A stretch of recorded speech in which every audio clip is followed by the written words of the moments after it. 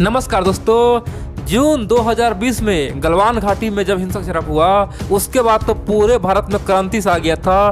भारत में बच्चे से लेकर बूढ़े तक सब बोल रहे थे कि अब चीनियों को भगाना होगा, चीनी कंपनी को भारत से फेंकना होगा। और भारत सरकार भी बड़े बड़े फैसले ले रहे थे। भारत सरकार ने ऐलान कर दिया कि एक एक चीनी कंपनी को भारत से दौड़ा के भगाया जाएगा, सब टेंडर से निकाला जाएगा। इतना ही नहीं, भारत सरकार ने चीन के बहुत सारे एप्लीकेशन को बैन कर दिया और खास तौर पे मुहिम शुरू कर दिया आत्मनिर्भर भारत। और दोस्तों, हम लोगों ने चीन को औकात दिखाने के लिए क्या क्या नहीं किया। जगह जगह हम लोगों ने धरना प्रदर्शन भी किया, चीन को पूरे दुनिया के सामने में हम लोग एक्सपोज किए। लेकिन क्या हुआ दोस्तों, 2021 में भारत सरकार एक बार फिर से बहुत बड़ा गलती कर दिया है। भारत सरकार ने चीनियों को फिर से मुंह में पानी दे दिया है, मरते हुए चीनियों को फिर से बचाया है। चीनी को पहले तो हम लोग भगा रहे थे, अब भारत सरकार ने चीन को बहुत बड़ा टेंडर दे दिया है। 1126 करोड़ का टेंडर दे दिया है। पूरे दुनिया हिल गया है कि मोदी सरकार ये क्या कर रहा है, 2020 में क्या बोल रहा था, 2021 में क्या कर दिया। दुनिया के तमाम थिंक टैंक को यकीन नहीं हो रहा है कि ये सचमुच में ऐसा हुआ है। भारत सरकार ने सचमुच में चीन को 1126 करोड़ का टेंडर दिया है। और बड़ी बात तो यह है दोस्तों, भारत के जो आज तमाम बुद्धिजीवी है सरकार घेर भी रहा है और कई जगह प्रदर्शन हो रहा है। भारत सरकार बोल रहा है कि जितना जल्दी हो सके इस टेंडर से चीन को बाहर करो, नहीं तो आने वाले समय में हम उग्र प्रदर्शन करेंगे। दोस्तों, मैं आपको साफ साफ बताऊंगा आखिरकार भारत सरकार ने ऐसा क्यों किया। भारत सरकार जानता था कि चीन को ये टेंडर देंगे तो हमारे खिलाफ विरोध उठेगा, और फिर भी भारत सरकार ने ये टेंडर क्यों दिया। आपको मैं एक एक पॉइंट बताऊंगा और बताऊंगा कि आखिरकार चीन का जो चाल था उसमें चीन सफल हो गया। दोस्तों, चीन का ऐसा चाल था, चीन ने साबित कर दिया कि चाहे कुछ भी हो जाए लेकिन भारत बिना मदद से कुछ नहीं कर सकता है, बिना हमारे मदद से कुछ नहीं कर पाएगा।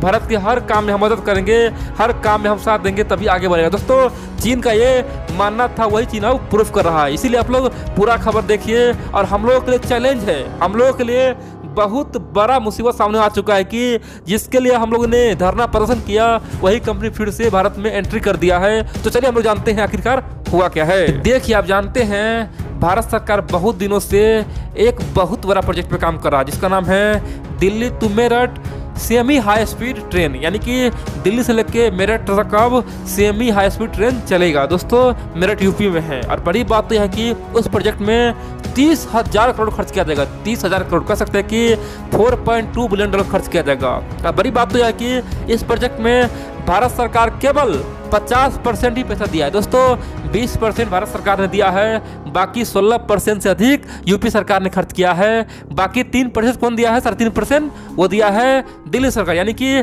भारत का टोटल इन्वेस्ट कितना है, 50%। केंद्र मिला के राज्य मिला के 50% हो गया।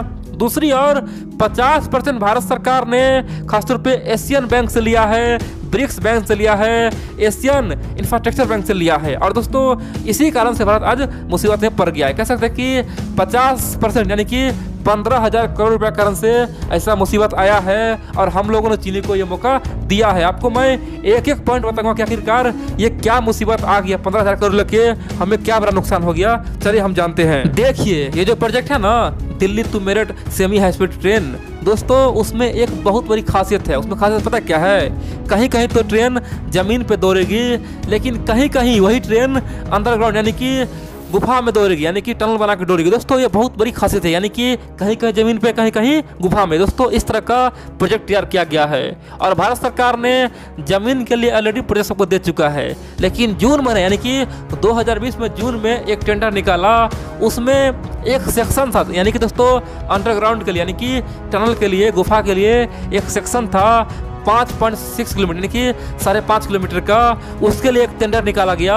भारत सरकार ने साफ कह दिया कि जिसे भी टेंडर चाहिए वो अपना कम दाम में नीलामी करे, यानी कि जो कम दाम में ये टेंडर लेगा उसको हम दे देंगे, यानी कि जितना कम में जो काम कर सके उसी को हम देंगे। दोस्तों, भारत सरकार का ये नियम था। जब टेंडर निकाला गया तो उस समय शुरुआती प्राइस 1400 करोड़ था, यानी कि दुनिया के तमाम मल्टीनेशनल कंपनी वहाँ पे था। यहाँ तक कि तुर्की का कंपनी था, भारतीय कंपनी था, चीनी कंपनी था, कई सारे देश का कंपनी था। तो सबसे पहले कंपनी बोला कि एक कंपनी बोला हम 1400 करोड़ में ये प्रोजेक्ट पूरा कर सकते हैं। उसके बाद फिर भारत का टाटा कंपनी आया, उसने बोला कि हम 1350 करोड़ में ये काम कर देंगे, हमें वो क्षमता है। दोस्तों, उसके बाद फिर तुर्की कंपनी आया, वो बोला कि हम तो 1325 करोड़ में ये काम कर देंगे, हमारे लिए बहुत इजी है, ये दाएं बाएं का खेल है। और फिर दोस्तों उसके बाद फिर भारत का एक बहुत बड़ा कंपनी आया L&T। दोस्तों L&T ने कहा कि हम तो ये काम केवल 1170 करोड़ में कर देंगे, कहाँ 1300 करोड़ और कहाँ 1170 करोड़। फिर दोस्तों यहाँ पे चाइना का एंट्री हुआ। चीन का एक कंपनी है, उसने ओपनली कह दिया कि अरे भैया ये काम तुम केवल 1126 करोड़ में कर देंगे, इससे कम में तो कोई कर ही नहीं सकता है, ये काम केवल हम कर सकते हैं। अब उस समय यानी कि जून 2020 में भारत सरकार को मजबूरी अब एक टेंडर उसे देना पड़ रहा था और इसीलिए भारत में विरोध उठना शुरू हो गया, जगह जगह आंदोलन हुआ। भारत में एक स्वदेशी जागरण मंच है दोस्तों, स्वदेशी जागरण मंच खासतौर पे आरएसएस के अंतर्गत आता है, आरएसएस उसको चलाता है। तो स्वदेशी जागरण मंच ने ओपनली भारत सरकार को धमकी दिया, बोला कि ये आप क्या कर रहे हैं। एक तरफ चाइना जहां हमारे साथ छल कर रहा है, बॉर्डर पे भारतीय सैनिक से मुकाबला कर रहा है, भारत को धोखा देने से बाज नहीं आ रहा है, जमीन हड़पने में लगा हुआ है, दूसरी ओर क्या कर रहे हैं, चीनी कंपनी को ये टेंडर क्यों दे रहे हैं 1126 करोड़ का। दोस्तों भारत को समय कह सकते हैं कि लोगों ने भारत सरकार को बहुत परेशान किया और कह सकते हैं कि भारत सरकार से जवाब मांगा। खासतौर पे स्वदेशी जागरण मंच ने ओपनली जवाब मांगा, बोला कि हमें इसका जवाब चाहिए। उसके बाद फिर भारत सरकार ने सबको शांत करने के लिए बोला कि ठीक है, अभी हम विचार कर रहे हैं, अभी हम टेंडर दिए कहाँ है, अभी तो प्रोसेस में चल रहा है। दोस्तों ये बात भारत सरकार बोला कि अभी केवल प्रोसेस में चल रहा है, अभी हम किसी को दिए नहीं है, आने वाले समय में हम फिर सोचेंगे और हो सकता है तो किसी और कंपनी को दे देंगे, लेकिन चीनी को नहीं दे सकते। लेकिन दोस्तों उसके बाद सब शांत हो गया था। लेकिन जैसे ही 2021 आया, 2021 में घोषणा हुआ कि वो जो टेंडर था जून महीना में जो चीनी कंपनी को मिला था, सेम टू सेम वो टेंडर चीनी कंपनी को फिर मिल गया, यानी कि उसी कंपनी को मिल गया जो कंपनी को मिला था, फिर से उसी कंपनी को मिल गया।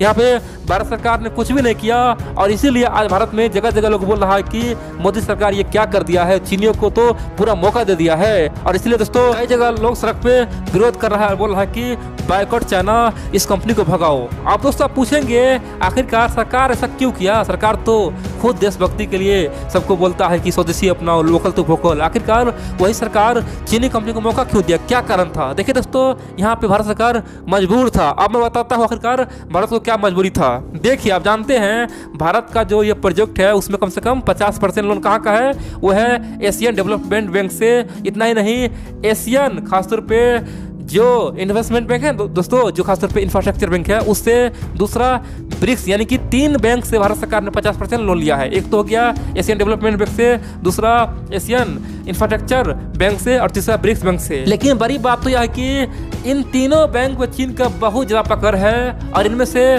2 बैंक का तो हेडक्वार्टर चाइना में ही है। एक तो दोस्तों जो ब्रिक्स बैंक है उसका भी हेडक्वार्टर चाइना में है, दूसरा जो एशियन इंफ्रास्ट्रक्चर बैंक है उसका भी हेडक्वार्टर चाइना में है। जब भारत सरकार को लोन दे रहा था, पैसा दे रहा था, उस समय ये तीनों बैंक का एक ही कहना था, एक ही ओपनली एग्रीमेंट था। उसने साफ कि हमारा ये टर्म एंड कंडीशन है, आप जब प्रोजेक्ट पे काम करेंगे तो आप उसी कंपनी को काम देंगे जो सबसे कम दाम में करेगा, यानी कि जो सबसे कम दाम में नीलामी पे उतरेगा उसी को आप काम देंगे। चाहे कंपनी कहीं का भी हो, कोई मतलब नहीं है, चाहे चाइना का हो या फिर कहीं का, कोई मतलब नहीं है, लेकिन आप काम उसी कंपनी को देंगे, किसी के साथ रोक टोक नहीं करेंगे, कुछ भी नहीं करेंगे। और दोस्तों वो चीन के दबाव में किया था। चीन जानता था कि ये काम हमारा कंपनी ही करेगा, कम दाम में तो हमारा कंपनी कर सकता है और इसीलिए ये एग्रीमेंट बनाया था।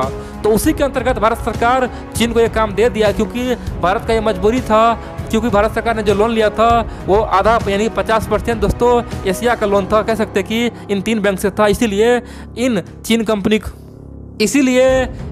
कंपनी को एक छोटा टेंडर दिया गया, यानी कि 1126 करोड़ का टेंडर दिया गया। अब आप पूछेंगे तो क्या भारत सरकार के पास कोई और ऑप्शन नहीं है क्या, चीन को भगाने का कोई और तरीका नहीं है क्या। देखिए दोस्तों तरीका तो है, भारत सरकार चाहे तो फिर से नया शुरुआत करे, इस सबको फिर से रिसेट कर दे, ख़त्म कर दे और फिर से नया टेंडर निकाले और ख़ास तौर पे अपना 2-3 कंपनी को तैयार रखे और बोल दे कि आप अंतिम में आना, यानी कि लास्ट में आना। जब चीनी कंपनी का बोलने लग जाए उसके बाद फिर आप आना, यानी कि एक ही उपाय है, सबसे लास्ट में आओ। जिस प्रकार चीनी सबसे अंतिम आया और कम दाम में टेंडर ले गया, उसी प्रकार से भारत का भी कंपनी को वही करना होगा दोस्तों, तभी जाके चीनी कंपनी को यहाँ से भगा सकता है। और उसके लिए भारत सरकार को फिर से टेंडर निकालना होगा, कुछ बहाना मार के इस टेंडर को रद्द करना होगा दोस्तों, यही एक ऑप्शन है। तो उम्मीद है कि भारत में जो लोग बोल रहा है भारत सरकार उसका बात मानेगा। और दोस्तों आम जनता यही बोल रहा है कि आप क्या कर रहे हैं, आप क्या संदेश दे रहे हैं। एक तरफ जहाँ लोग चीनी सामान को बाइकआउट कर रहा है, आप चीनी कंपनी को भारत में प्रमोट कर रहे हैं, इससे क्या संदेश जाएगा। इसलिए जितना जल्दी हो सके आप इस चीनी कंपनी को भगाइए ताकि लोगों में आप पे विश्वास बना रहे और लोग भी बढ़ चढ़ के चीनी कंपनी को बाइकआउट करे।